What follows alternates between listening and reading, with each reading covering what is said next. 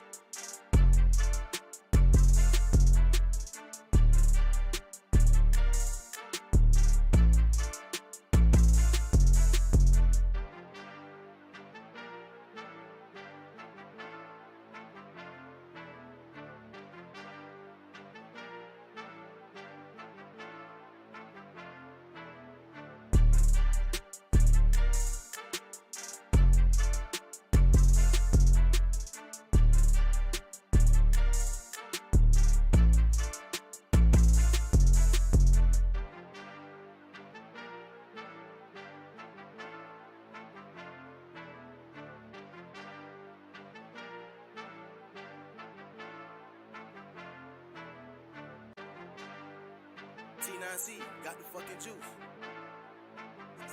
Silver's the new gold. Yeah, taste this shit, sin.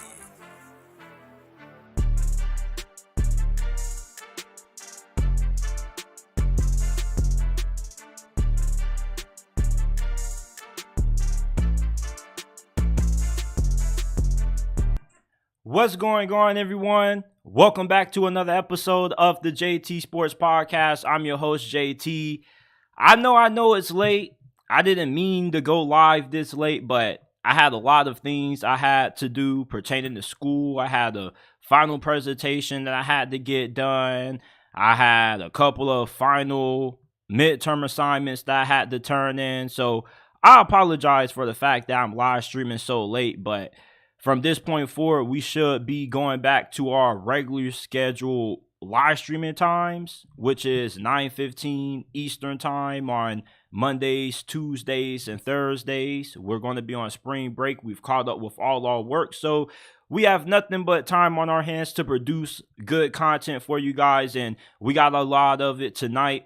I'm going to be giving you guys my thoughts on Coach Prime Season 2, the documentary series on Amazon, which followed Deion Sanders' first season at Colorado.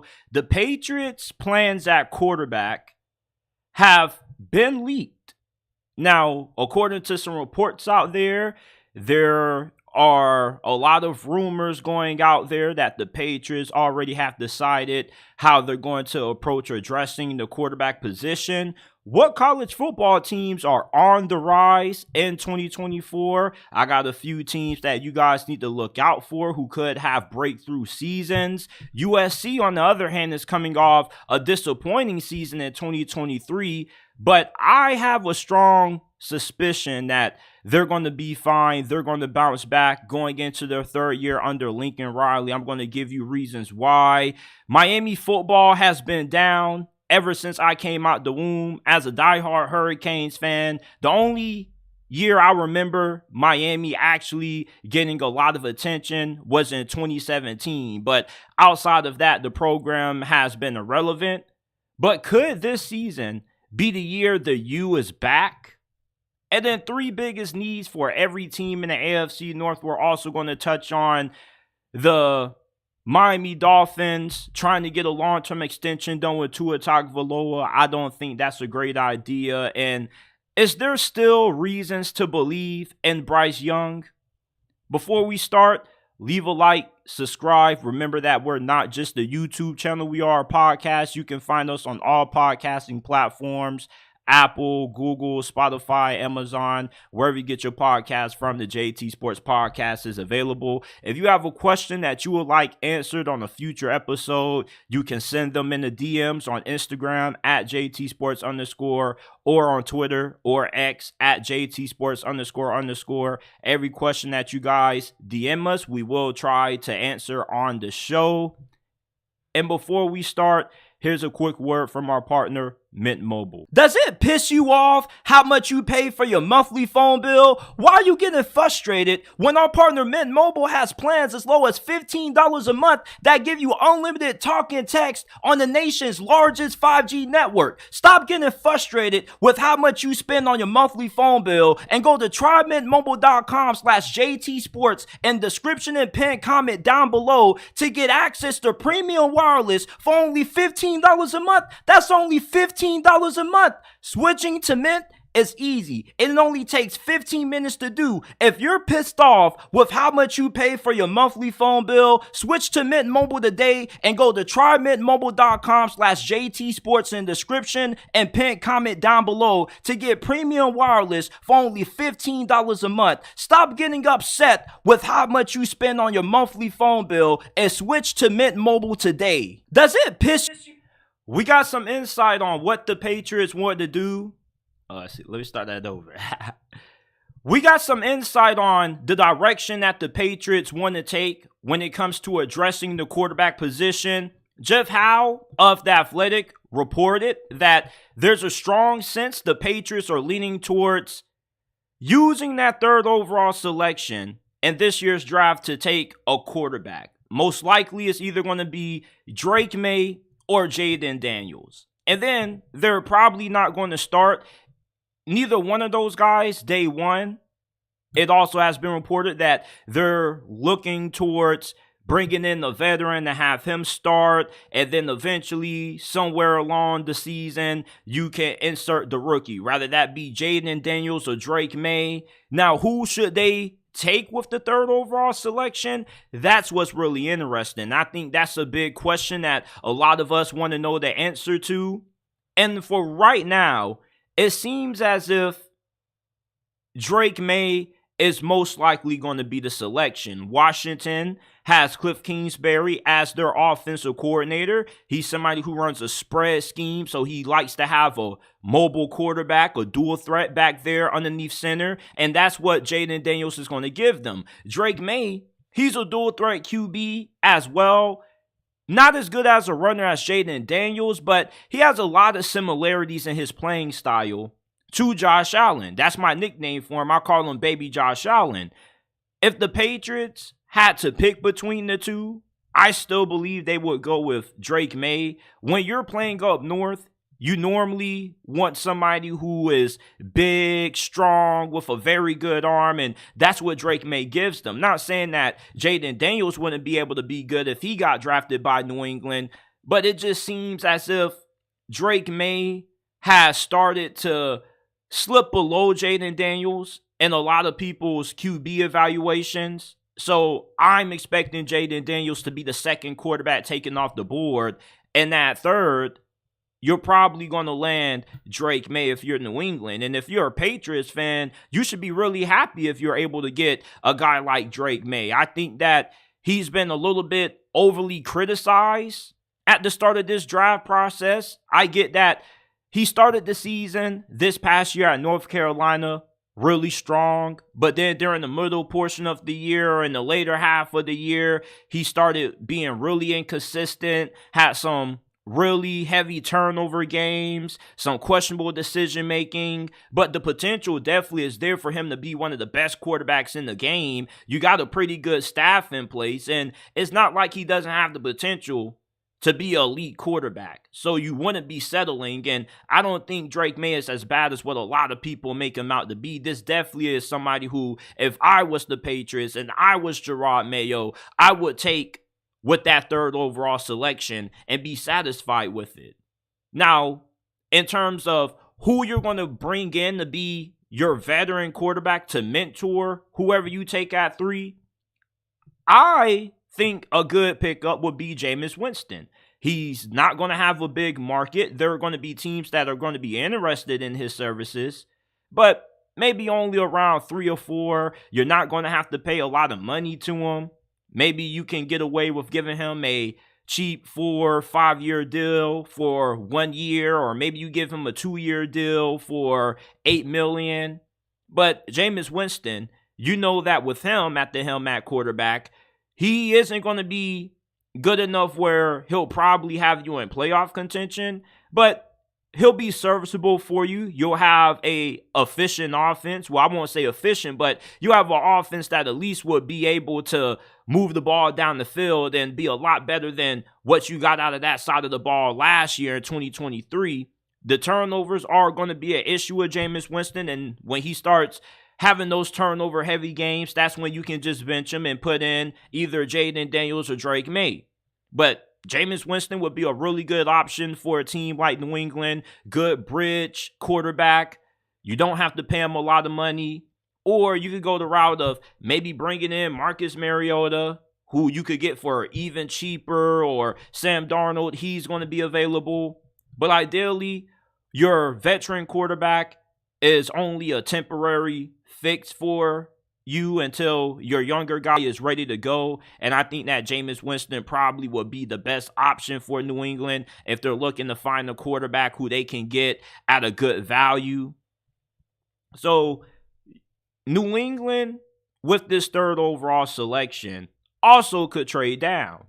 And I've seen this theory thrown out by a lot of Patriots fans that trading down from 3, getting more draft picks also is a possibility. And I do think that if you aren't happy with whoever is on the board at 3 and one of your guys gets taken, you're not a fan of Drake May or you don't like Jaden Daniels, then you probably trade down, get more picks. Maybe you just try to tank for Shedeur Sanders next season. But I just think New England, in the situation that they're in right now, they have to take a quarterback. everybody thinks that building up your team first is important, and that definitely is, but you don't have the luxury of picking this high in the draft every single year. At least that's not what you will hope for if you want Gerard Mayo to work out, because if you're picking in the same spot or around the same spot next year around this time, that means that he didn't do that good of a job, and there still is a lot of work to be done, and the jury is still out on him. Ideally, when you have the opportunity to get a franchise quarterback, you go ahead and you take it. You just don't pass up on potentially franchise-changing quarterbacks just to draft the receiver like Marvin Harrison Jr. or try to get a good value later on in the draft. There's a reason why the majority of the NFL's best quarterbacks go the furthest in the postseason. If you have an elite quarterback, you increase your chances of being able to win a Super Bowl. You saw what Patrick Mahomes just did. Every team in the league, their standard at quarterback should be Mahomes. Because if not, then you're at a significant disadvantage when it comes to you trying to win. You may not need to have the next Mahomes, but you need to have a quarterback that's as good or in the same realm as him from a talent standpoint, like Lamar, Josh Allen, Joe Burrow, and New England. Just passing up on a quarterback at 3 this season would be a massive disappointment, because next year's quarterback class isn't that deep. It's not going to be that great, and you may not have the chance of walking away with a game-changing quarterback for maybe the next 3-4 years. You don't know how many other good prospects are going to come out from here to then. So just go ahead and find your guy now while you have the opportunity to, versus trying to wait later. So you guys leave your thoughts in the comment section about what you think the Patriots should do or what you think they will do with the 3rd overall selection, because I truthfully think that quarterback is the only route for them to go.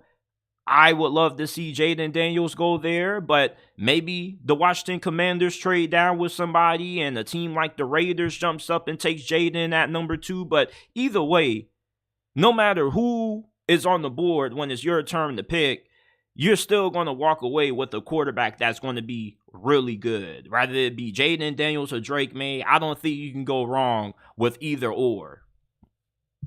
Okay, now,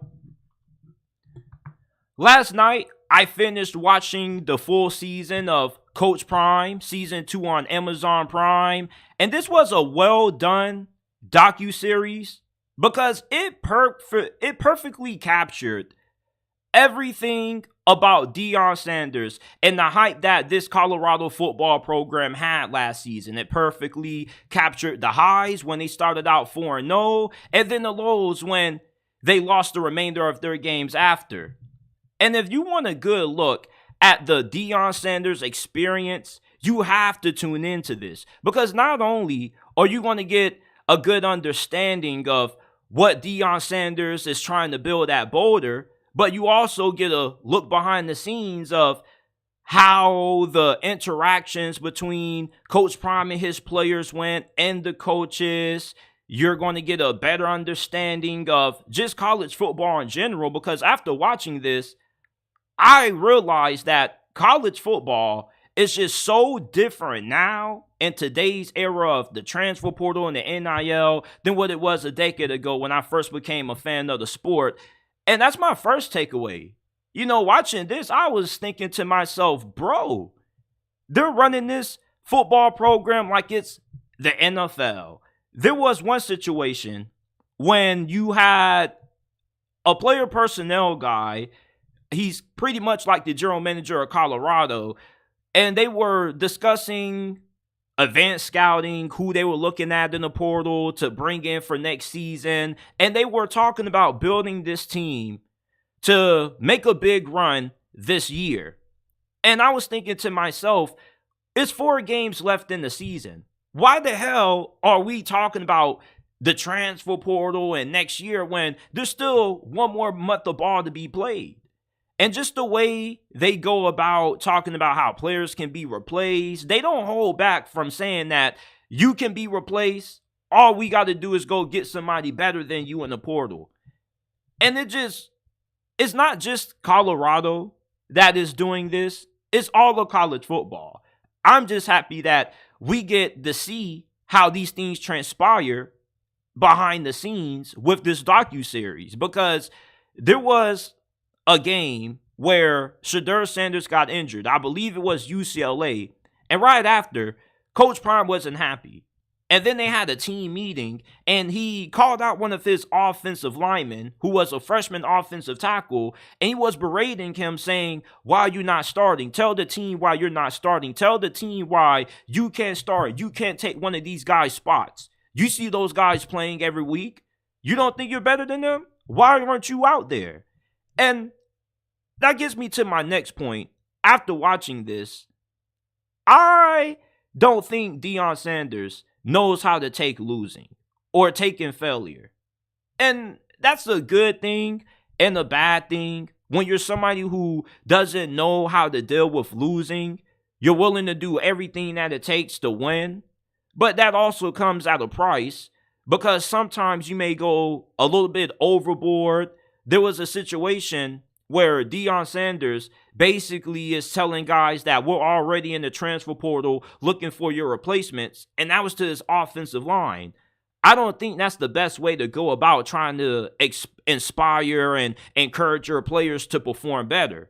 If you want your players to play better during the season, motivating them by saying they're going to get replaced isn't going to get it done. You have to coach them up. You have to change the scheme. You have to do different things to put them in a better position where they can block longer for a Shedeur.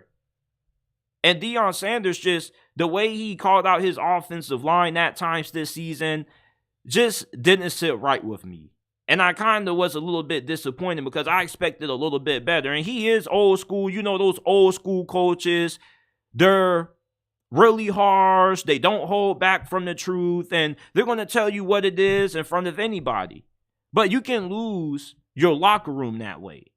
Now, I think what does buy Deion Sanders a little bit of leeway with the players in terms of how he goes about trying to call them out is that he does have their best interest at heart. He truthfully wants to see all his players not just succeed on the field, but succeed off the field as great men. But to do that, it requires a certain amount of discipline that you have to give your players at times when they do the wrong things, or when they're not playing up to expectations, or they're leaving plays on the field. But there's a way to go about it that I just don't think Deion Sanders went about it the right way. And when the team started out hot, he did a really good job of managing the hype until the hype just became too much and players just couldn't do anything but just see good things being said about themselves every time they went on social media, and they got complacent. And when they started losing, when you listen to the interviews that they were doing with the different coaches, the people who were working for the program, and even some of the players, they were saying, yeah, like, we got to get more focused. We got to lock in. So Deion Sanders, if you look at what went wrong after that hot start, it was the fact that these players didn't know how to handle success. And Deion Sanders, he didn't know how to make sure he could keep his players centered enough to keep on winning games. And when things went left, Deion Sanders, he started calling out his guys, and you just want to see more accountability from the coaching staff. And after the games, he takes accountability. You feel me? But in the team meetings and whatnot, I've never heard anything about adjustments they need to make. And when he decided to make the change at offensive coordinator, going from Sean Lewis to, what was his name? I can't even think of his name right now. I know he used to coach for the Denver Broncos, Pat Shurmur. So he goes from his previous offensive coordinator, and then he goes to a guy who hasn't really called plays at a high level at all. Pat Shurmur, he does have an NFL background, but it's not like Sean Lewis was doing such a bad job where he had to get replaced. The offense didn't really have any improvement. The reasoning that Coach Prime gave for making the change from Sean Lewis to Pat Shermer as the play caller on offense was that they just needed to do something differently because Shedeur was getting hurt too much. And even though, like, Shedeur Sanders was playing through these injuries and you may not have thought he was hurt, like, he was pretty much injured for the entirety of the year. And the offensive line was so bad that Sean Lewis, there was something in his play calling that was making the problem even worse in Deion Sanders' eyes, and that's why he had to replace him. But Sean Lewis, in hindsight, wasn't really that big of the problem. He's a head coach for a reason. If he was that bad of a play caller, he wouldn't have been hired by San Diego State. So I don't really agree with how Deion Sanders went about handling losing. But I do get a better understanding of what Deion Sanders wants from his players. And all he wants is for them to give it their all. He wants them to be accountable. He wants them to be professionals. All right? If he tells you team meeting at 8:15 a.m., he wants you there at 8 o'clock. All right? He wants you to be disciplined. He wants you to know what you have to do. He wants you to be prepared. And he wants you to be dedicated to the books. He wants you to be a dedicated person to whatever you want to strive to become. And you can obviously feel the love and passion that Deion Sanders has for coaching and why he loves it. He doesn't love it for the fame and the camera. He loves it because he really enjoys the process of trying to help these young men become better players and better people, because he enjoys the process of seeing growth. And that's what's the beauty of coaching the Coach Prime. Seeing the growth of young men going from, 18 years old out of high school, 21 years old, being first-round picks in the NFL. So Deion Sanders, if anybody ever questions, how much Deion Sanders cares about his players, he always cares about his players. Now, there is such a thing called tough love, and he may talk to his players in ways that we may not all agree with, but he does have their best interests at heart. But at the same time, you got to remember that college football now is a business. All right, these coaches now are going to be no holds bar if you're not executing on the field, and they're not going to hesitate to tell you to move on and go find somewhere else to play at. Players that really stood out to me in this documentary, definitely Shedeur Sanders. Shedeur Sanders carried Colorado on his back last season. Travis Hunter made a lot of big plays. He had a really big interception against TCU. He made a lot of big moments that made you go, wow, like Travis Hunter is probably the best player in college football. But if you think about who's the heart and soul of Colorado right now, it's Shedeur. No matter what the odds were, no matter if they were down by 30 or down by a touchdown, they always had faith that Shedeur Sanders was going to be able to come through and find a way to get them the victory.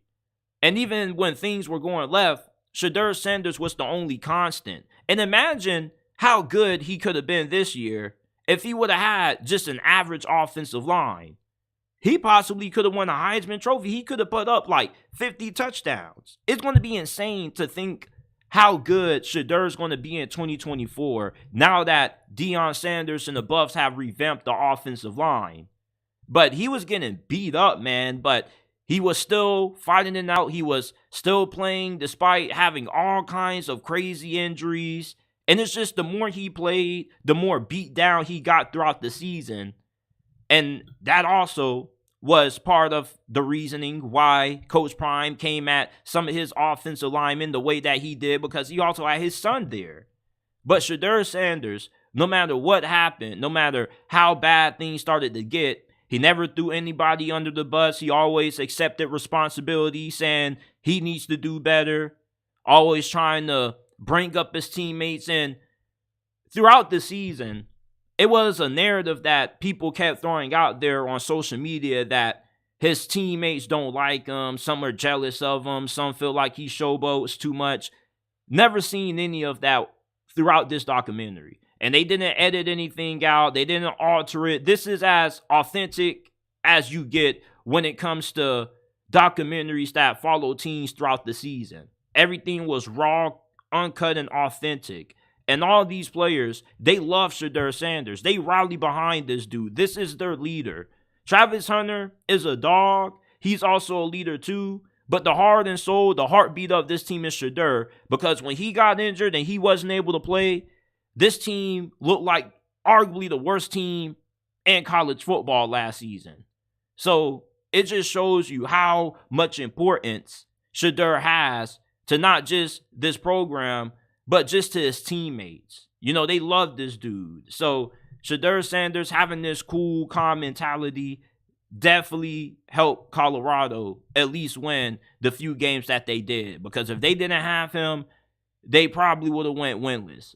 Maybe they win 1 or 2 games max, but I just don't know, because Shedeur Sanders, he made so many big plays for Colorado this year, like against Colorado State, when he led them to bring the game to overtime, then eventually got them to win in OT. There were just a lot of moments that Shedeur put that Superman cape on, and he said, don't worry about it. I'm here. We're going to win. I'm going to make sure we do it. I also loved Travis Hunter, Jimmy Horn Jr. Jimmy Horn Jr. probably was my favorite person to listen to throughout the documentary. I love the relationship, the bond that he has with his dad. I love his story, his upbringing. You know, he didn't come from the best situations. And when you come from those kinds of situations, it makes you appreciate what you have more. It makes you want to grind harder. And you can definitely see that with Jimmy Horn. And I think that's a really big reason why him and Coach Prime had such a good relationship. And as much as they were showcasing Shedeur Sanders, we were seeing more of him than anybody else. And we didn't really see a lot of Shiloh. You know, I would have loved to see more Shiloh. I don't know how people pronounce it, but I would have loved to see more of him. We only really just saw Shedeur. We didn't really get to see a lot of camera time with Deion's other son on the team. And he was a really big part of the defense. He was pretty much their second best player.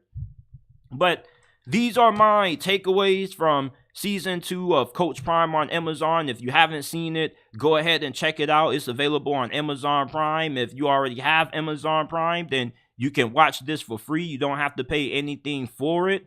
And it was a really good, well-done docuseries that perfectly encaptured, you know, what the Deion Sanders experience was at Colorado. The good and the bad. Before we move on, I got to change something with the lighting real quick. Give me a second.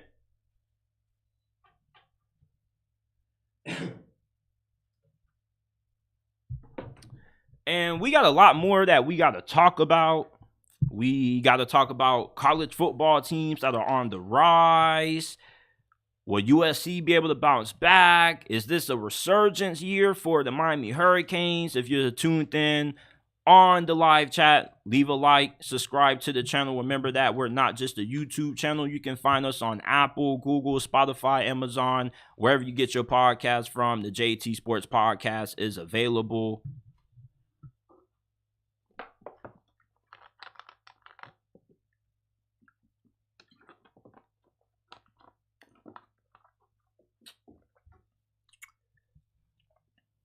Okay, so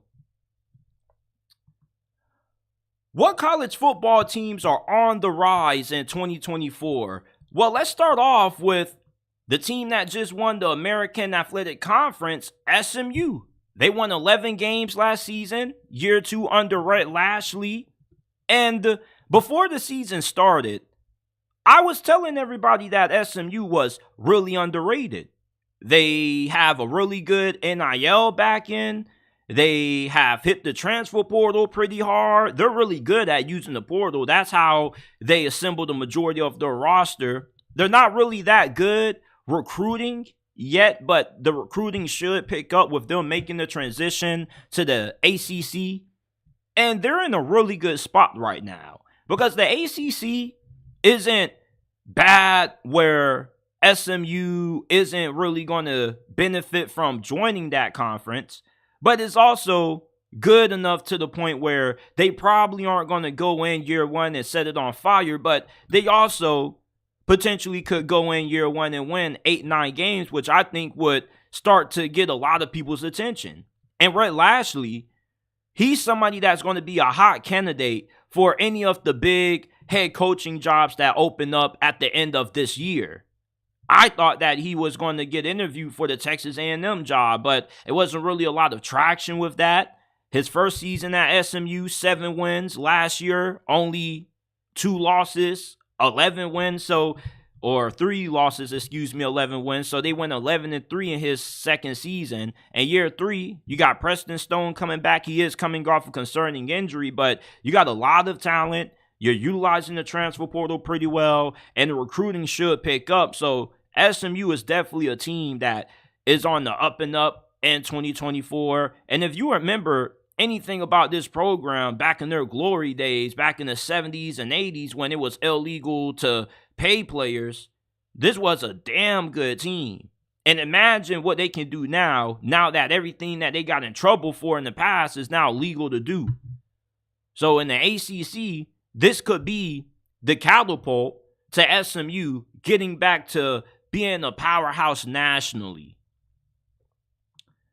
Missouri is one of those programs that people think is going to come back down to earth this year because last year was one of those Cinderella seasons. You know, every single year in college football, we have a team that nobody expects to be that good. They've been coming off a couple of down years, and all of a sudden, they end up being one of the best teams in college football. They win the New Year's Six bowl game, and everybody's wondering if they can sustain their success next season. Missouri isn't one of those teams. They're not one of those Cinderella stories that they're only good for one season. Next year, they come back and they're garbage.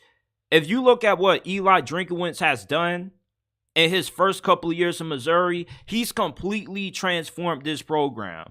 All right, they are recruiting at a level that we haven't seen them recruit at in a while. They are pretty much getting the majority of the best players coming out of the state. And you wouldn't really consider Missouri to be a state that's talent rich when it comes to high school football, but they have gotten 2 of the last couple of number 1 players to come out of the state of Missouri, Luther Burden, and they just got the 6th best defensive end, who is also number 1 ranked player in the state. And overall, their recruiting efforts have been pretty good. They signed the 21st ranked recruiting class this season or this offseason. And back in 2023, the recruiting class ranked 34th. They also utilized the transfer portal well. They got the 13th best transfer portal class coming into this year. And last year, they were pretty good at utilizing the portal as well. And based on what they have coming back on offense, Brady Cook, Luther Burden, you got an experienced offensive line. This could be a top 3 offense, top 5 offense in the Southeastern Conference this season. Defensively, they got a lot of experience that departed for the NFL, and they also lost their defensive coordinator to LSU.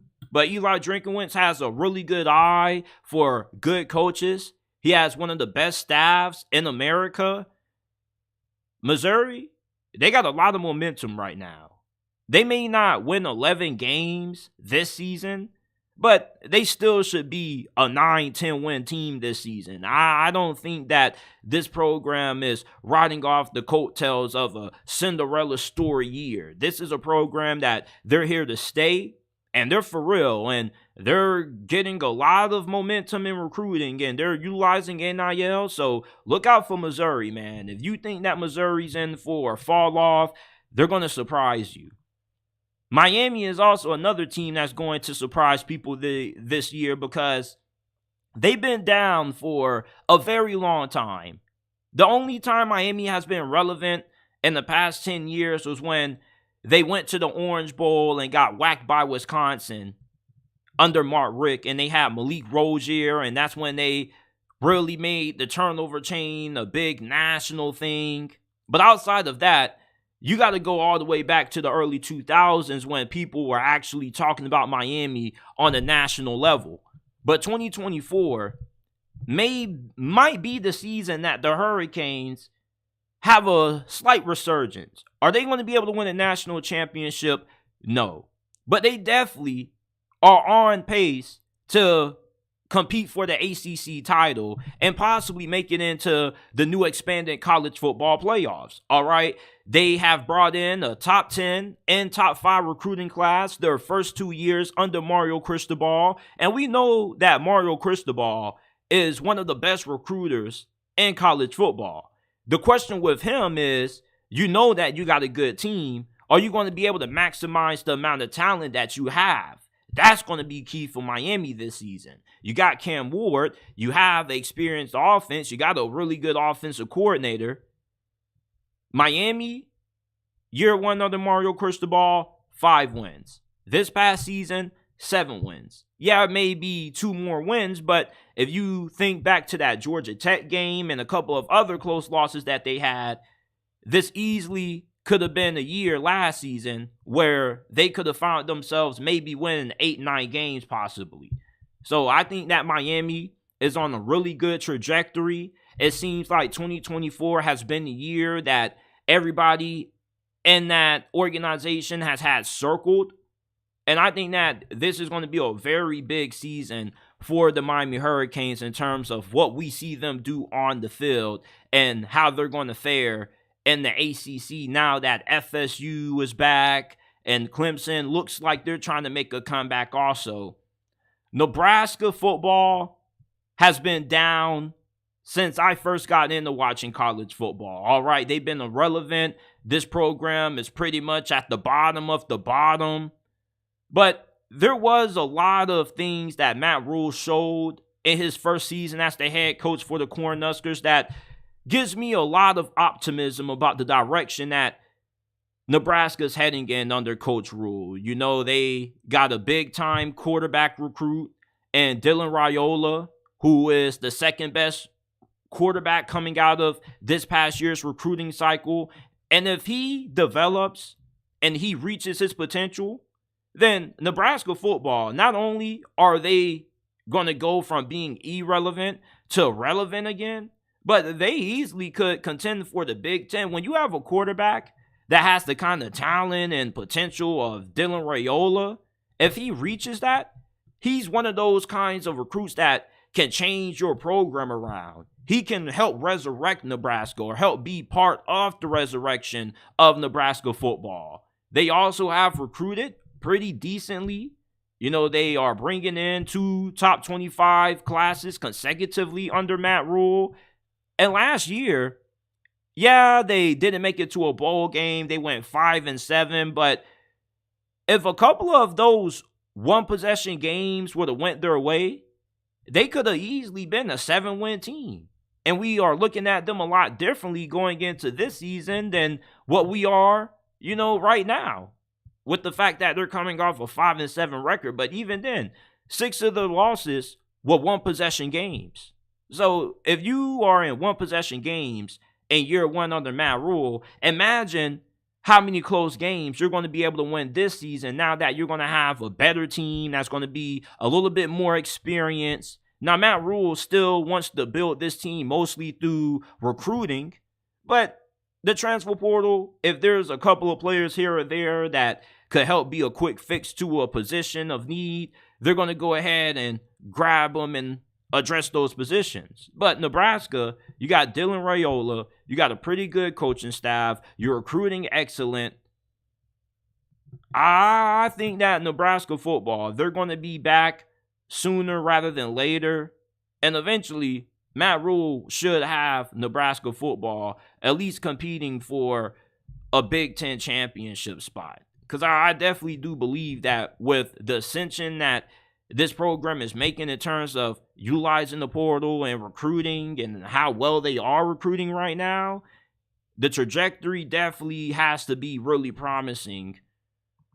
Colorado, you know, the Deion Sanders experiment in 2024 is going to either be a big success or it's going to be a massive failure. And this is the year that they've been planning for, because last season they had high expectations in terms of, wanting to win more than what they did previously before Coach Prime did.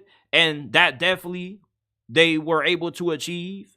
But they felt like they could have done a little bit more. But this season, though, now that you have a year under your belt, you're bringing in more recruits and transfers that fit your philosophy of how you want to run your football program. This is the year where Colorado, if you thought that the hype was high for them when they started out 4-0, you haven't seen anything yet, because the hype train is going to be full, and that thing's going to be packed. And they're going to be good this year because they got Shedeur Sanders and they are improving the offensive line. There's no reason why they shouldn't be anything less than a 7-win team at minimum. When you think about them making the transition from the Pac-12 to the Big 12, the gap between them and everybody else, there isn't one at all. It's pretty much Utah, Kansas State, maybe Oklahoma State, and then everybody else is on an even playing field.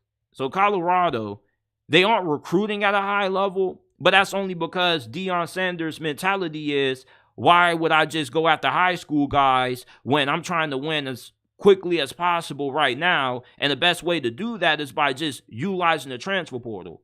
He's running Colorado like a football program. They're treating the transfer portal like it's free agency. So Colorado, 2024 is the year that they had circled when they first arrived to Boulder last year. Last year, they pretty much knew that they weren't going to be that great, but they were just going to try to put something together, and they did the best job they could. But this season, this is really where you should see Colorado looking like the team that Deion Sanders wants. Auburn. Auburn, for some reason, they are one of those programs that they have a lot of potential. It's just that it's so hard to win at Auburn because of the disadvantage that you have going up against some of the sport's best teams every single year, having to recruit against Alabama. But now that Nick Saban's gone, things should be a little bit more easier for Hugh Freeze because he is a better recruiter than what Kalen DeBoer is.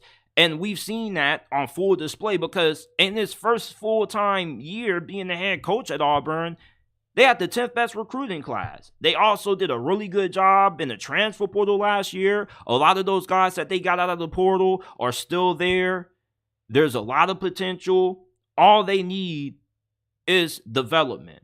Can Hugh Freeze help those young players that he got out of the portal reach the next level? Defensively, they have a couple of holes they got to fill because they lost some veterans to the NFL. But offensively, this should be a pretty good offense. This should be a pretty decent team. We know that Hugh Freeze is a really good offensive-minded coach. What he does from a schematic standpoint is really impressive. But overall, if Auburn wants to be able to take that next step, which they won 6 games last year, you want to get the 8-9 wins this year, you need better quarterback play out of Peyton Thorne. He's not that great, but Hugh Freeze, with him being in his second season under him, he should make a little bit of improvement, good enough where Auburn could find themselves in the middle of the pack of the SEC versus being a little bit down on the bottom of the ladder. So these are my 6 college football teams that are on the rise in 2024. Give your thoughts about some teams that you believe are on the rise. List some that you disagree with. I'm excited to hear what you guys have to say about this list. It took me a very long time to make.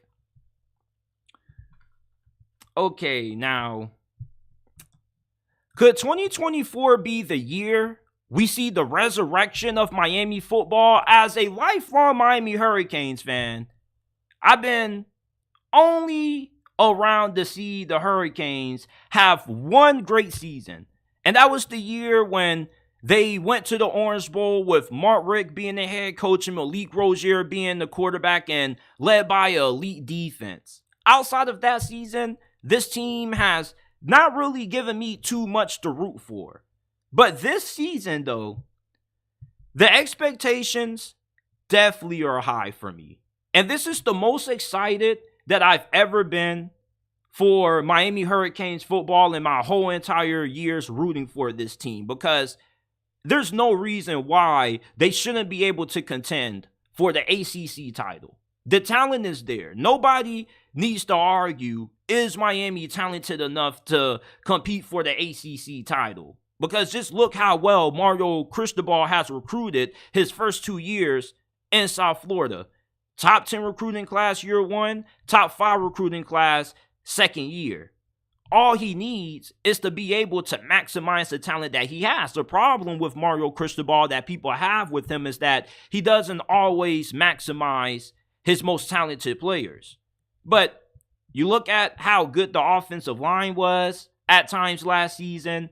I expect the offensive line to be a really big strength this year for Mario Cristobal, even with the couple of guys departing, because he's a former offensive lineman. That's where he specializes at. You got a good group of receivers. Shannon Dawson is a really good coordinator. He's probably the second best offensive coordinator the Hurricanes have had in my lifetime watching this team since, Rhett Lashley?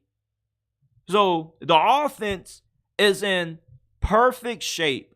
And now you got Cameron Ward, which you flipped him from the NFL draft. Don't know how you managed to pull that off. Well, we all know how they managed to pull that off. Money can do a lot of things, and it can definitely make somebody change their opinion about declaring for the draft, especially if they're not a first-round selection. Now, you got Cam Ward, and you put him with the offense that has pretty good pieces around him, especially at running back. He has a great opportunity to be part of the team that was the turnaround squad for Miami football. You know, Miami, this could be the best season that they've had since that year they went to the Orange Bowl and lost to Wisconsin, because the defense is going to be outstanding. I'm very excited for how good the defense is going to be this season. Hell, at times, like, the defense looked better than the offense. And the offense kind of put the defense at a disadvantage because Tyler Van Dyke was just so inconsistent, and it's like you get a few stops and you're right back on the field because the offense didn't do anything with it. So defensively, you could be a lot better this year than what you were last year due to more efficiency on offense and you not having to be on the field for as many plays in 2024 as you were in 2023. And Cam Ward is going to be a large part of that. And Cam Ward, there's no reason why he shouldn't work out. This easily should be the best quarterback Miami has had since those early 2000 days. Better than Brad Collier, better than Malik Rozier, better than De'Aaron King. This is the opportunity for Cameron Ward to play himself into first-round consideration in the 2025 NFL draft. And also possibly win the Heisman because he has a good enough team around him to do that. And the success should come along with that. The ceiling for Miami this year should be nothing less of ACC championship. All right. There's not a gap between Miami, Clemson, and anybody else in this conference from a talent standpoint. If anything, it should be a tie between them and Florida State because them being two Florida programs, being in the most talented, rich area for talent or state for talent, you should already have a good enough team where you should be able to compete and win this conference. You know, Florida State finally got back to what they used to be last year. If they can do it, Miami should be able to do the same. And if Miami isn't able to be a conference title contender this season, I think it's a massive disappointment. I don't want to hear anything about how, well, we won 8-9 games. That's more than last year. Like, Miami should be competing for this conference. The ACC is as weak as it's ever been. There's only 3 teams right now with a legit shot to win it. Miami, Clemson, and Florida State, and then everybody else. And I love Jeff Brom. But there's just such a big talent advantage that Miami has as compared to the rest of this conference that there's no reason why they shouldn't roll. You know, their 2 hardest games this season are Florida State and Louisville. Before those 2 games, because you got them back-to-back, you could be 6-0, possibly maybe 5-1. because you got to play Florida week 1. That game is going to be a great test to see just where this football team is at. In Florida right now, things aren't looking sunny for Billy Napier down there in Gainesville. So Mario Cristobal and Miami not only should beat Florida, but they should win that game pretty convincingly, right? And then after that, you just got all these random sorry teams. You know, you got FAMU, who you embarrass every single year. You got Ball State. You're going on the road to play the University of South Florida. You got Virginia Tech, which is an interesting game. They're a team that's on the rise, but they still got some ways to go. But they did show a little bit of promise. And then you got Cal at home. Well, on the road, excuse me. So it's not like Miami has a hard schedule. The two best teams they play are Louisville on the road and Florida State at home. And then you got to play Duke, but come on, man. Like, Miami's schedule is perfectly aligned for them to have an easy path to the ACC championship. And if they get there, they should be able to win it. Mario Cristobal's third season at Oregon, they went to the Rose Bowl. They won 12 games. They were 12-2. He's supposed to be a program builder. When you're a program builder, you're not a head coach who people are going to pile on you if you don't come out the gate your first couple of years and have success. But eventually, you get to your third, fourth year, and you get a couple of those recruiting classes on the field now. Then people start to raise their expectations for you, and that's what I'm doing this year. I have had fairly low expectations for Miami football. Yeah, I always think we can win the ACC because we should be able to always win the ACC with the talent that we have. But truly this year is where I believe that it's conference championship or bust for the U. And there's no reason why I'm not right to have this opinion. You feel me? I shouldn't hear Miami Hurricane fans coming at me saying, oh, your expectations are too high. Like, no, this is year 3. Mario Cristobal is a program builder. We know that Rome wasn't built in a day. We get that. But this is the year now where the Canes need to start winning big games again. They need to start playing in big games again. When's the last time the Hurricanes played in a Saturday night game that had big implications that everybody was drawn to the television for? It's been a while. 2024 is the year I believe the Hurricanes are going to make a big comeback in college football. You talk about some teams that could be really good stories this season. The resurgence of Miami football is going to be one of them. And the last time Miami had a great season, everybody was talking about them. College football is always better when the U is good. And this is going to be the year we see Miami football make their big return. You finally got a quarterback. You got a good enough team to compete for the conference championship. You got an easy schedule. Everything is perfectly aligned for Miami to have a resurgence this year. We were always wondering how long was it going to take for Texas football to be back. Well, they finally were back last season. They went to the playoffs. They won the Big 12.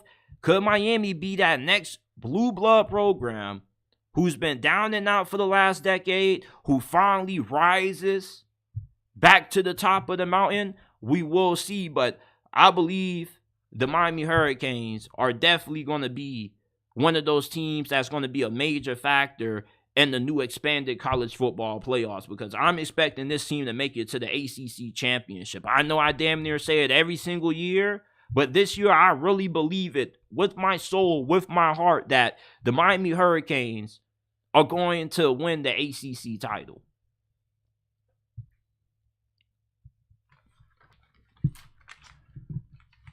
Let's segue to this. No doubt last season was a big disappointment for Lincoln Riley and the Trojans. But just because he had one down season doesn't mean he's a terrible coach. That seems to be the sentiment about Lincoln Riley now. People either say he sucks or he's overrated. Year 1 at USC, he won 11 games. So he has demonstrated the ability that he definitely is a good enough coach that he can have the Trojans at the top of the college football food chain, being in that playoff national championship conversation. All right, we know that he's the best offensive mind in the sport. Every single quarterback that he gets turns to gold. It doesn't matter that they lost Caleb Williams, man. They're the only school in college football. Well, he's the only coach in college football where it's rinse, wash, and repeat. You're not wondering if he's ever going to find another quarterback good enough to be a first-round pick. You're wondering who's going to be that next guy that is. You know, Lincoln Riley, with how good he is offensively, all he needs is to figure out the defense. And that's something that you can be pretty confident he finally has the answers to. And there's a lot of reasons to be excited about the future of USC football. You see, people are saying, well, it doesn't matter who Lincoln Riley hires to be his defensive coordinator because it's just a mentality thing. It's a culture thing with his program. Well, Lincoln Riley, all he's been talking about this offseason is changing his philosophy, changing how he runs his operation, changing how they practice, being more physical, putting more emphasis and more focus on the defense side of the football. That's why he went out and got Dan Lin. Dan Lin was a really hot name on the coaching market when it came to defensive coordinators that a lot of big schools wanted to get. The fact that they stole them from a rival was huge, and he did God's work with UCLA's defense last year because before he got there, that defense was a joke.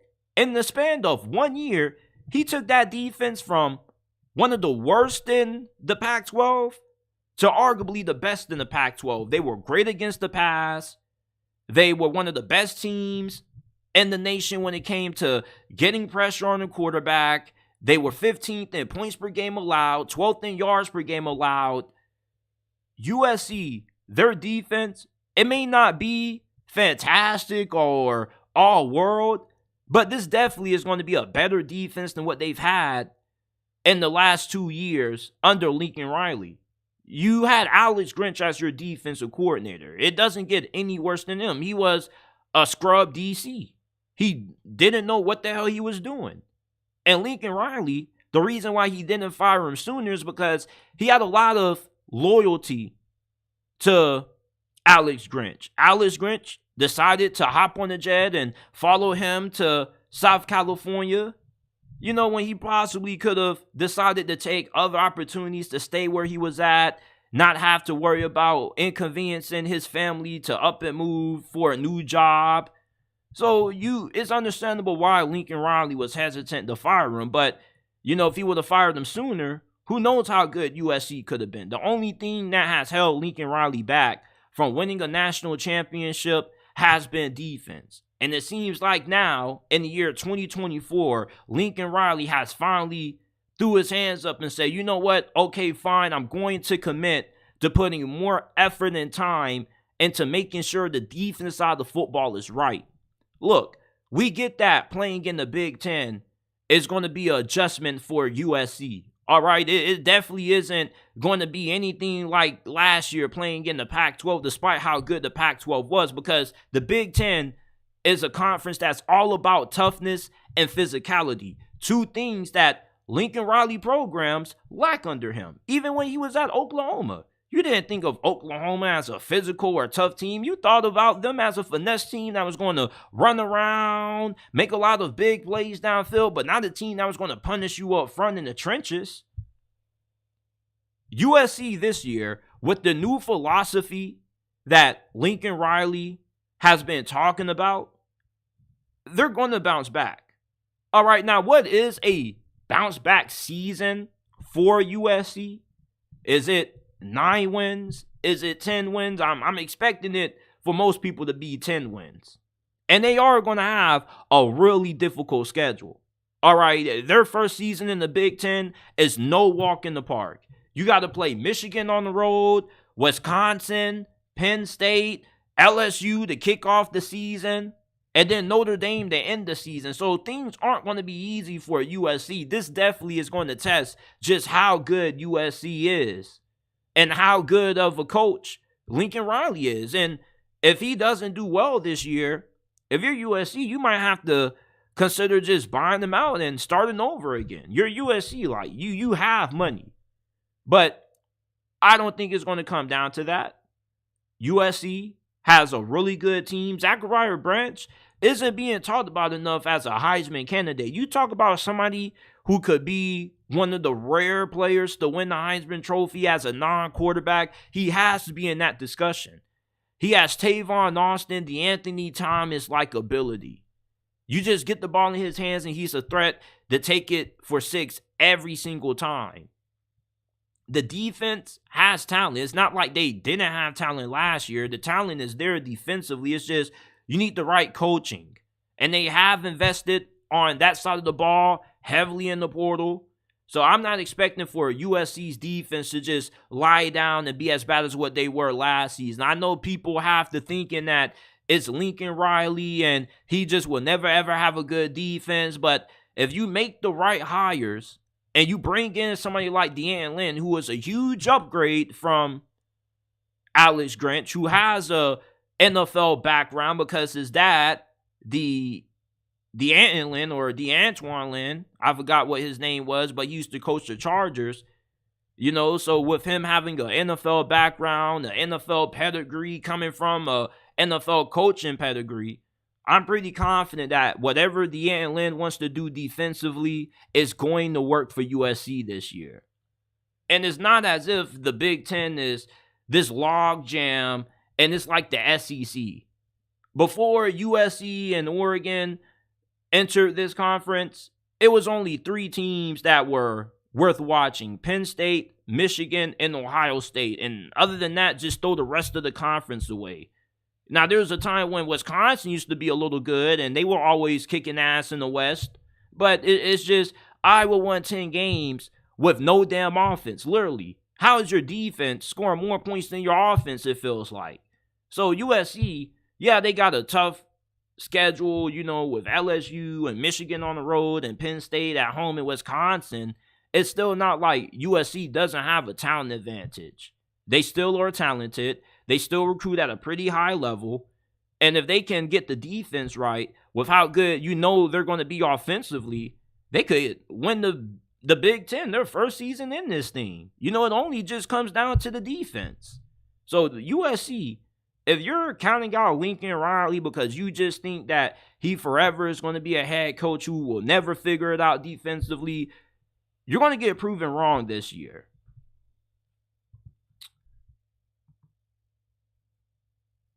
Let's talk about the biggest needs for every team in the AFC North heading into free agency. For the Cincinnati Bengals, wide receiver definitely is one of your most pressing issues with free agency around the corner. Yes, you franchise T. Higgins, but we don't know what his future is in Cincy. Are you going to find a way to give him a long-term extension, or are you going to just tag and trade him somewhere elsewhere and try to get some value where maybe you trade up in the draft so you can draft the Marvin Harrison Jr., or maybe you go and get Brock Bowers? But not only do you need to find a replacement for T. Higgins if you do get rid of him, but you still, even if you re-sign T. Higgins, still need a third wide receiver because Tyler Boyd is set to hit free agency. He's starting to decline a little bit. He's hitting that age where you start to see good players like him fall off in their game. And you're going to need to find a third option to put in the slot.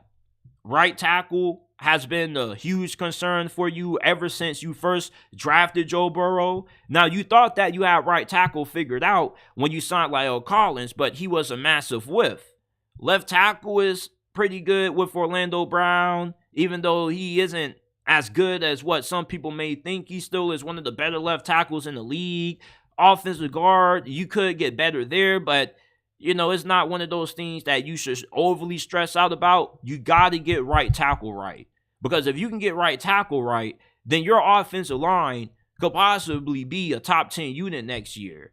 Now, how are you going to address right tackle? Probably the draft or either free agency. So if you can trade T. Higgins and get another first-round pick for him, maybe you can get a guy like Maybe trade up for a guy like Joe Alt or Lou Fasciano if you just want to address receiver in free agency. There's a multitude of ways they can address offensive tackle. But right tackle, definitely, if they can figure that out, that offensive line could be really good with the healthy Joe Burrow. And lastly, defensive tackle. DJ Reader is set to be a free agent. He's been a big part of the run defense over the last couple of years. And last year, the run defense was the worst it's ever been under Lou Anarumo. They were 26. They're going to have to find a way to improve that. And it's going to start off with, either you bring back DJ Reader, or even if you do, you're going to have to get some more depth pieces behind them. Biggest needs for the Pittsburgh Steelers, definitely quarterback. Kenny Pickett is not it. Don't know how many times I got to say it. There's nothing special about Kenny Pickett, bruh. Like, yeah, he may play better in the fourth quarter at times in certain games, but you got to ask yourself, if you're Mike Tomlin or the general manager of the Steelers, are we going to be able to make it to a Super Bowl with Kenny Pickett? Is Kenny Pickett going to be good enough to go toe-to-toe with Patrick Mahomes, Lamar Jackson, Joe Burrow? Because you do know that the majority of the NFL's best quarterbacks are in the AFC. And I, for the life of me, don't understand why people think you can just win with anything at quarterback. It's not 2010 anymore. It's not the 1990s or the early 2000s when you can just throw a scrub at quarterback, and as long as you got a good team around them, you can still make it to a Super Bowl. If you don't have a superstar level quarterback, or at least a quarterback that can excel with a good team around them, you're not going anywhere in the playoffs. And Kenny Pickett, he doesn't have the potential of being the guy who can win you a Super Bowl, because he's never going to be able to outduel the Mahomeses or the Lamars of the world in the postseason when it matters. Okay, like at best, he gives you top 12 quarterback play, which may be good to get you to the AFC Championship occasionally. But when you're going up against Patrick Mahomes, you got to be an all-timer. You got to be great. And not just anybody is going to take down Mahomes in the playoffs, especially not old Kenny Pickett. So you need to go out and find you a solution to the quarterback issue that you've had for the last couple of years since Big Ben hung up the cleats. And no, Russell Wilson ain't the answer neither. You need to go out, either draft a young quarterback or try to find a bridge quarterback to bring in to compete with Kenny Pickett, at least for a season, that can keep you afloat. And then maybe you try to position yourself where you can trade up and get Shedeur Sanders next year, if you're not trying to lose, if you're Mike Tomlin, because this is a big year for you. The ownership said that they want to win in the playoffs again. And a lot of the fan base has been feeling that same way for a while. And if Mike Tomlin wants to remain in Pittsburgh for the rest of his coaching career, he needs to get the quarterback situation situated. And Kenny Pickett ain't that. Offensive tackle. Don't know where they're going to play Broderick Jones. On some depth chart websites, he's listed as a right tackle. Some he's listed as a left tackle. But you still need to find a way to partner Broderick Jones up with somebody at that other tackle spot, wherever he's going to line up at. Now in the draft, there are a lot of great first-round caliber offensive tackles. You're picking up 20, so you definitely are in position to get one of them. And then, if you don't want to take that route, there are going to be a couple of decent ones available in free agency. If you're putting Broderick Jones at left tackle and you're looking for a right tackle, it's a lot easier to find a good right tackle than it is to find a good left tackle. Cornerback, you also could argue for linebacker being up here, but they need them both. But they need cornerback more because other than Joey Porter Jr., there was nobody in the secondary who you could depend on. And I don't even know how this defense was as good as what they were at times. Well, TJ Watt and how good the pass rush was, but if the pass rush got neutralized, it was grits cheese for the Steelers defense, man. It's like the secondary couldn't stop nobody. The linebackers couldn't stop nobody. It's like, what could you do? You feel me? It's like you had old man Patrick Peterson out there. Like you got James Pierre, who is he's a quality backup. He comes from FAU. Shout out to the Owls. Always got to support my Owl brethren. But we need some help at corner, some big help at corner. So, biggest needs for the Pittsburgh Steelers, quarterback. My guy, TFT _ guy in the comment section says Purdy is a prime example of throw any scrub on a great team. And Brock Purdy's not a scrub. Brock Purdy's better than Dak Prescott and a lot of other quarterbacks. We need to give Brock Purdy a little bit more respect. I would take Brock Purdy over a heartbeat over Kenny Pickett or Mason Rudolph. The Cleveland Browns, what are their biggest team needs? Well, you need to get another pass rusher to pair alongside of Myles Garrett because Darius Smith is going to hit the open market. And when it comes to your cap situation, you got a little bit of money, but maybe not enough to retain a guy like Zadarius Smith if he ends up having a competitive market and you get into somewhat of a bidding war for him.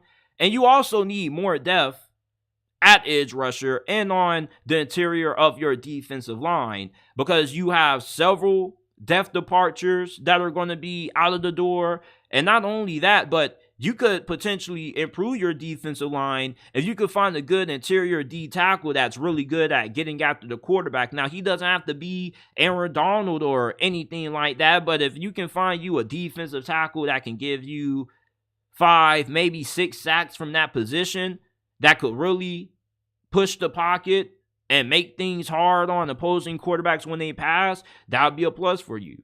And also, it wouldn't hurt you finding a great defensive tackle anyway, because when you have that capable with a Myles Garrett, do you not know how unstoppable your D-line could be? Not just getting after the quarterback, but stopping the run also. So, edge rusher, D tackle, 2 huge needs for the Cleveland Browns. Linebacker, Anthony Walker, Sione Takitaki are free agents, and neither one of those guys are worth bringing back. You definitely can find some more serviceable starters than those two, even though they weren't terrible. It's just, if you can do better, you do better. You can find a pretty good linebacker in the draft. Not a lot of people are talking about this linebacker class. I think the linebackers that we got, like Tommy Eichenberg out of Ohio State, would be a very good fit for the defense that Jim Schwartz likes to run. So there are tons of really good linebackers in the draft that the Browns could get. You also could sign a guy like Devin White in free agency. He also would be a perfect fit in Jim Schwartz's defense, and you won't have to pay that much for him because he's going to be looking to get a big deal, so you could give him a 1-year prove-it deal. So these are the 3 biggest needs for the Browns. Lastly, we got the Baltimore Ravens. It took me a while to do this one because they're one of the most complete teams in the NFL. There's not any position that you can look at and say, oh yeah, like that's a glaring issue outside of edge rusher, because you are losing Jadeveon Clowney and Kyle Van Noy to free agency. They're older. If you can get a younger, more talented guy than those, then there's no reason to bring them back. And plus, it's like, you got Odafe Owe, David Ojabo, young players who you had a lot of faith in when you first drafted them, and they haven't really developed how you would hope. Or are you going to give them another year to try to figure it out and give them more reps, or are you just going to try and bring in some more competition and just try to improve that position overall and don't try to gamble on maybe you can hit on David Ojabo or Odafe Owe figuring out? So you could go free agency route in the draft. There's a lot of talented pass rushers in this draft. It's like, if you need offensive tackles or pass rushers, this is the perfect draft for that. Cornerback. Cornerback isn't a pressing issue for Baltimore, but it definitely is a position that they definitely could sharpen up a little bit more.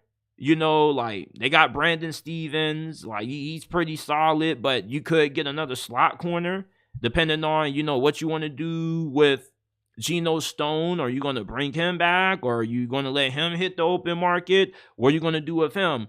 And then they have some younger guys like Jalen Armour Davis, who they drafted out of Bama, but those are middle round picks that you're banking on them developing and being able to put that athleticism with some good play on the field. But Most of the times when you're banking on those athletic mid-round corners to hit, they're more hit or miss. So it probably would make a lot of sense for Baltimore to try to find another quality corner. They don't need like an elite corner, but just somebody who could be a solid backup if a guy goes down, or he could be a decent slot corner.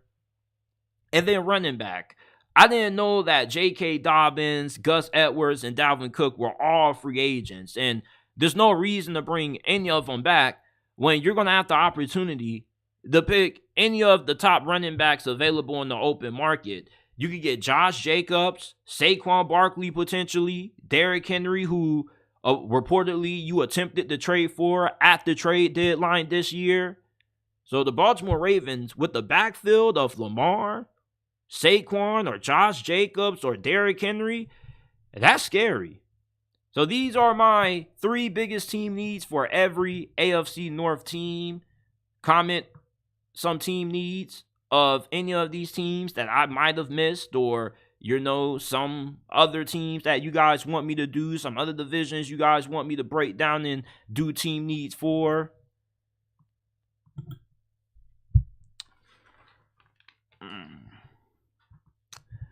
The Miami Dolphins and Tua Tagovailoa right now are at the discussion table for a long-term deal. And I believe the Dolphins are going to be making a huge mistake giving Tua Tagovailoa an extension, especially if they plan on making him one of the highest paid quarterbacks in the NFL.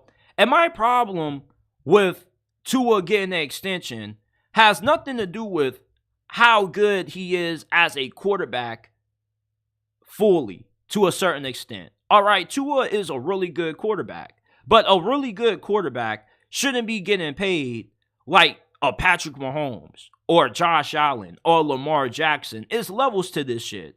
If you're an elite quarterback, you deserve to be paid as much as Patrick Mahomes.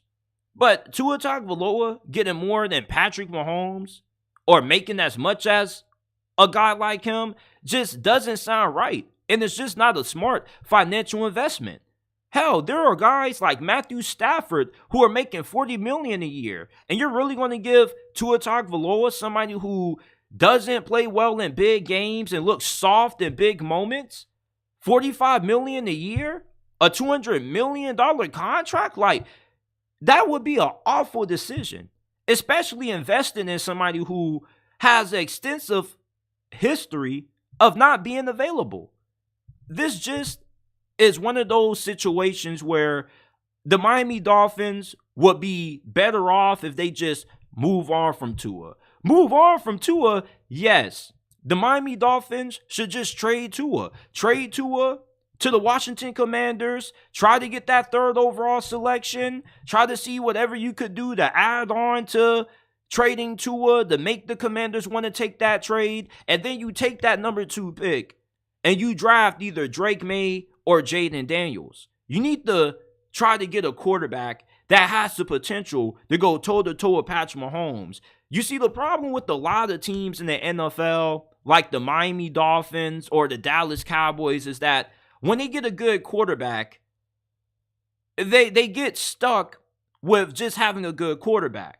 And when you have just a good quarterback, yeah, you can win with that. You can make it to the postseason with that, but you're not going to be able to make a deep playoff run with the quarterback that's just good enough. Tua is only as good as the team that you put around him. And then even then, when you get into the 4th quarter of these playoff games, Tua just doesn't show up. He looks really timid. If you watch Hard Knocks this year and you listen to the interactions between him and Mike McDaniel has to try to not say anything that could ruin Tua's confidence, because he's one of those players that he gets easily rattled. And if things start off slow early, he's not going to have a good game. And that's not franchise quarterback material to me. If I'm going to pay you $45 million, I need you to be able to step up in the 4th quarter. I need you to play the same way you did when you dropped 70 on the Denver Broncos against any other good teams that we play. You know, like against the Buffalo Bills. He got owned by Josh Allen in both occasions. He was the worst quarterback on the field. You're in division with a top 3 QB right now. You're in the conference with the majority of the best quarterbacks in the NFL, and you really think a guy like Tua is going to be good enough to get you a Super Bowl? Like, stop the shit. Like, your goal shouldn't be trying to find a quarterback that's good enough. Every team should be trying to get a superstar quarterback. And if you don't have that, you should always be looking to try to find the opportunity to get one. Tua is not going to win you a Super Bowl. You can put all the players you want around Tua. It's not going to change the fact that from a mentality standpoint, he just doesn't have that it factor. He doesn't have that switch that he can flip in his brain where all of a sudden the game's on the line. He's about to win you the football game. He's the reason why guys like Patrick Mahomes continue to cakewalk through the AFC. Because guys like Tua just don't have what it takes to win in the playoffs. He's not a championship quarterback. He is more closer to Alex Smith than he is close to being anywhere close to what Drew Brees was. People say he's like a worse version of Drew Brees. Like, no, he's more closer to Alex Smith than Drew Brees. Like, Tua is not an elite quarterback. He's a good quarterback. You can make it to the playoffs with that, but you're not going to win a Lombardi trophy with somebody who doesn't show up in the fourth quarter. The reason why Patrick Mahomes beat Lamar and Josh Allen and Tua and surprised everybody during this playoff run was because in the fourth quarter, Mahomes was at his best, and the other quarterbacks that he was up against were at their worst. Lamar Jackson just fell apart in the fourth quarter. Josh Allen, the last 6 minutes of the game, he fell apart. And Tua, he didn't even bother to show up. He was scared of the moment. I believe the reason why Miami Dolphins fans defend Tua so much is because they can't get over the fact that they drafted this dude over Justin Herbert, who's just better in every area. He's one of the top 5 most talented quarterbacks in the league right now, yet you got a quarterback that's extremely limited. You got to design a specific scheme around them. You got to have specific players with the specific skill set around them. It's just that, why settle for good when you could go after great? Trade Tua, get Drake May, get Jaden Daniels. Get you a quarterback that has that superstar potential. Well, JT, they're unproven. Like, with Tua, you know what you get. Listen, you got to take risk. You got to take swings if you want to win in the NFL. Drafting Patrick Mahomes was a big risk that paid off for Kansas City. But you just can't use the fact that you're scared to take that risk as the reason to justify why you should handicap yourself for 5 to 7 years to a quarterback that's only good enough to get you to the playoffs, and then you get bounced right out. You're not going to win anything with Tua. Now, if you just want to be okay with, going to the playoffs and not doing anything every single season and having a guy that's going to put up great numbers in the regular season, cool. Like, re-sign Tua. It makes sense. But if you're trying to win a Super Bowl, it makes tons of sense to trade this dude, especially when his value is really high since he was fairly healthy last season. But it's just, if I'm going to give a quarterback $45 million, if I'm going to give Lamar Jackson, Patrick Mahomes, Josh Allen, Joe Burrow kind of money to a quarterback, you better be just as good as them.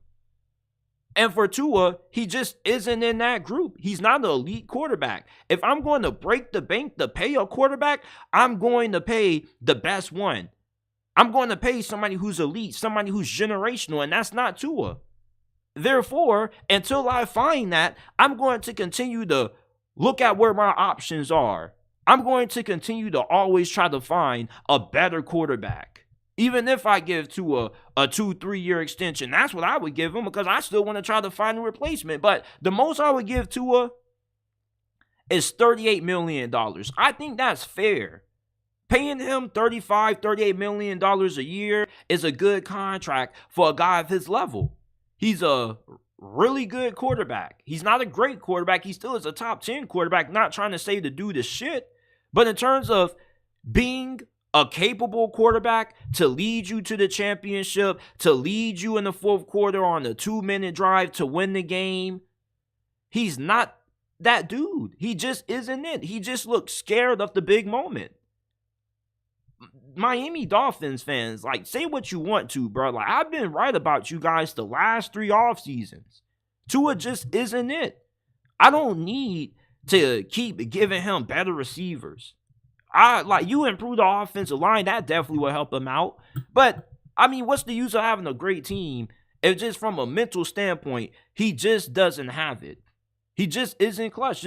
There's nothing special about Tua. He's just a really good game manager that goes out and he executes the offense. But what does he add to the offense? What does he bring that makes him different? Nothing. Wow, he's really accurate. Oh, he has great anticipation. Cool. Doesn't every great quarterback in the NFL have great accuracy and anticipation? Isn't that part of being a quarterback? Throwing the football to the wide receivers accurately? It's like there's nothing special about Tua. He's just a good quarterback that executes the offense. He's not a QB that goes out and wins you the game. And that's why the Dolphins should trade Tua Tagovailoa. And I think it's a fairly well-explained explanation, in my opinion. But I already know you guys don't care. Like, you guys are going to be okay with mediocrity. You're going to be okay with, well, I won't say mediocrity. You're going to be okay with good enough. Good enough doesn't win you a Super Bowl.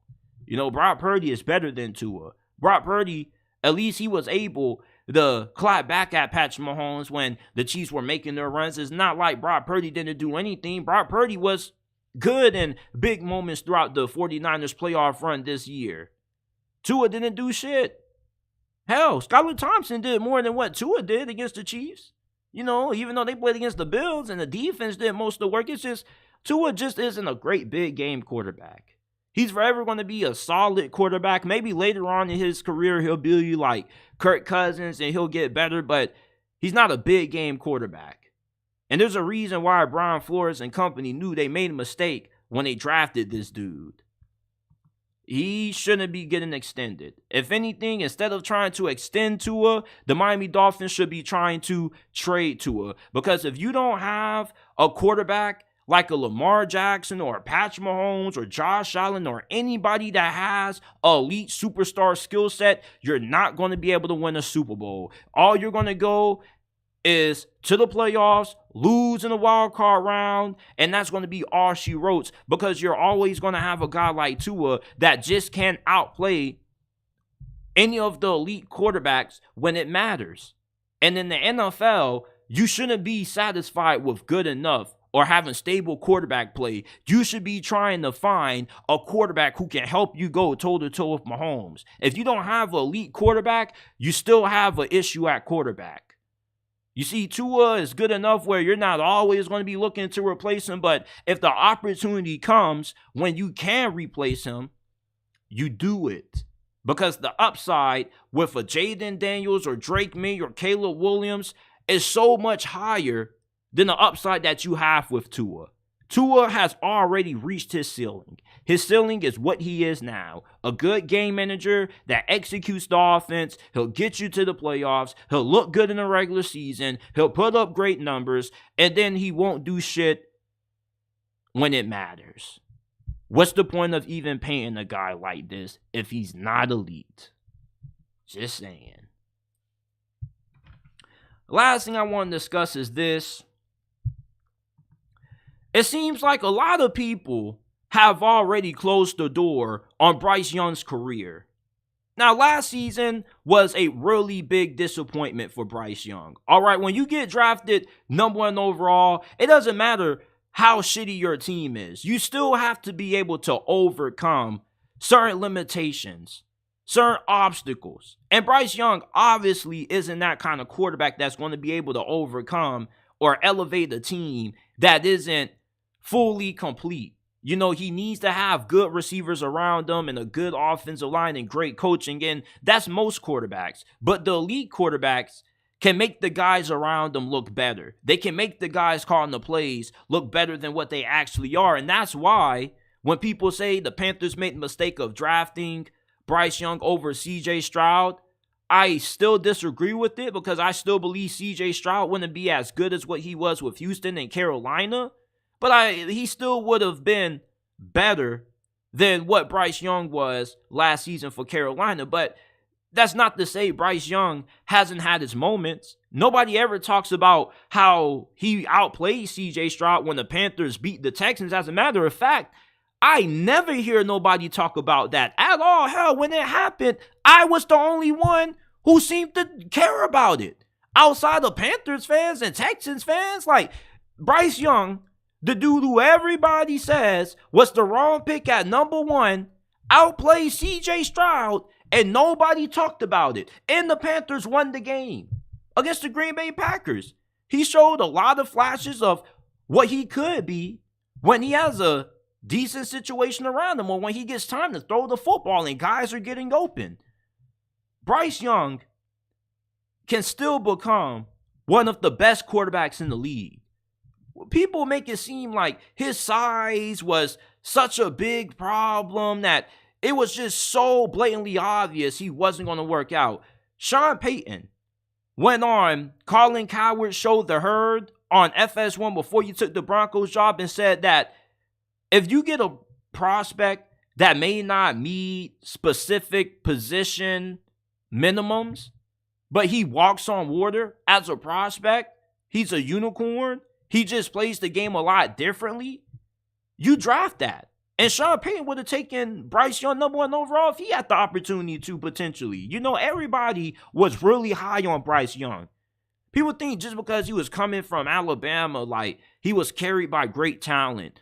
Alabama was carried by Bryce Young the 2 years he was the starter. That's why Nick Saban, after Bryce Young left for the NFL, had an entirely new coaching staff. He said they were too Bryce Young dependent.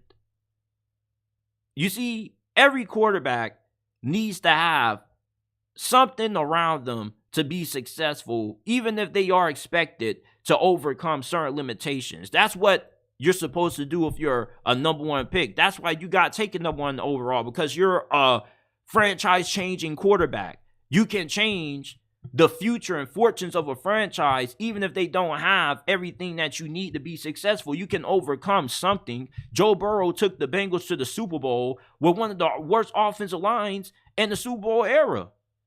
But he had great receivers. You see, he was able to win because he had great receivers, but he was also able to win overcoming a trash offensive line. There aren't too many quarterbacks that would have been able to do what Joe Burrow has been able to do. Patrick Mahomes was able to overcome and win another Super Bowl, not having that good of a team, not having that good of a supporting cast.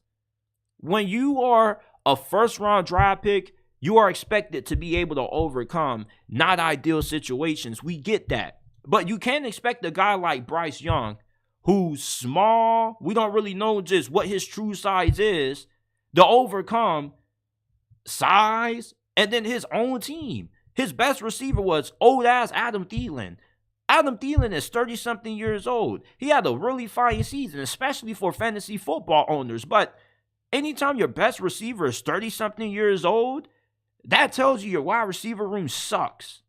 And the Carolina Panthers had one of the worst receiving groups in all of the NFL at creating separation. Who was Bryce Young supposed to throw the football to when nobody was getting open? Nobody was creating separation. Dave Canales, now that he is the head coach of Carolina, he's going to be able to put Bryce Young in a quarterback-friendly system that's going to do the same for him as Sean McVay did for Jared Goff when he got hired by the Rams. Remember when Sean McVay first got hired by the Rams? Everybody was wondering, could he save Jared Goff? Because Jared Goff went number 1 under Jeff Fisher, and he was atrocious as a rookie. And everybody thought the dude just was a lost cause. He just couldn't play. And then you get Sean McVay in there, and Jared Goff is cooking with oil.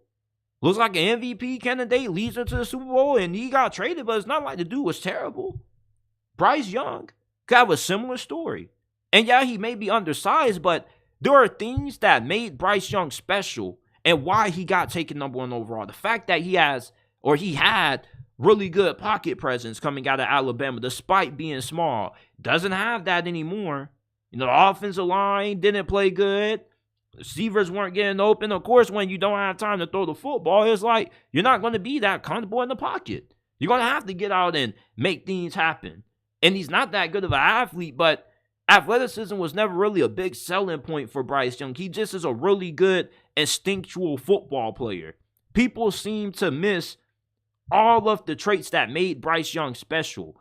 He wasn't great because he was a fantastic athlete for his size. He was great despite his lack of size because he just is a great instinctual football player. He just has a good feel for the game. He has a good understanding of what defenses are trying to do and making the right adjustments in game.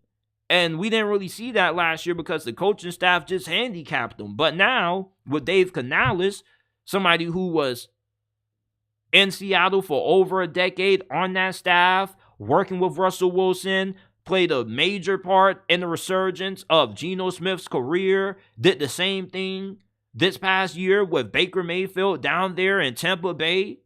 If you can resurrect the careers of Geno Smith and Baker Mayfield, you mean to tell me that Bryce Young isn't in good hands? I mean, even if this thing is a failure and it crashes and burns, Bryce Young should at least be a mid-tier starting quarterback. But Bryce Young still has all of the capability to be one of the best quarterbacks in the NFL. There's a reason why so many people wanted him on their team. You know, the Texans ideally wanted to tank for Bryce Young, and they didn't. They wanted that number one pick because that's who they were going to draft, but they took C.J. Stroud instead, and sometimes, you know, getting your best option ends up being the best choice. But Bryce Young, with his accuracy, his anticipation, you know, the fact that he's able to just have a good feel of the game, his instincts, it's what separated him. And Dave Canales, if he ends up putting Bryce Young in the right situation, he's going to get the most out of Bryce Young, and everybody's going to find out why Bryce Young got drafted despite the obvious concerns about his size. Like, everybody knows Bryce Young was small and he was built like a preschooler when he was coming out of Bama. But nobody cared that much because we knew just how good of a football player he was. You don't win Gatorade Player of the Year playing at a school like Mater Dei and you're just terrible and you got by not having something special about you. You know, people just make it seem like Bryce Young is lacking talent. Like, this dude is just a good instinctual football player. And Dave Canales is really going to show everybody why this Panthers job was a lot better than what people think. Because if you can get Bryce Young playing at the level that many people expected him to play at when he got drafted, then everything changes for Carolina. All of a sudden, they got the opportunity to win a Super Bowl. Because when you got an elite quarterback, especially in a conference like the NFC where there really aren't any truly elite quarterbacks, you get one, that improves your odds. And if he becomes elite, he easily becomes the best quarterback in the division. So Dave Canales, with what he has done with Baker Mayfield and Geno Smith, he could do to Bryce Young similarly what Sean McVay did for Jared Goff with the Rams. There's still a lot of reasons to be optimistic about the future of Bryce Young. When Trevor Lawrence had that down rookie season under Urban Meyer, year two, he had a big sophomore year. Why? Because they got Doug Peterson. He got better coaching. He had better weapons around him. Now, you still have to be able to overcome some limitations, which Trevor Lawrence was able to do to some degree. Bryce Young may not be able to be one of those quarterbacks that can overcome not having everything. He may just need to have a talented team around him to always be able to win. But if he's an elite player when he has that, then he's still a pretty good pick. This is it for this episode of the JT Sports Podcast. I appreciate you guys for tuning in for this late night episode of JT Sports Live.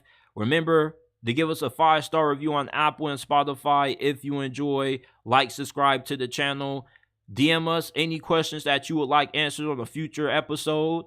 You can find us on Instagram at JTSports_, X at JTSports__. And this is it for this episode. I'll see you guys Monday or Tuesday.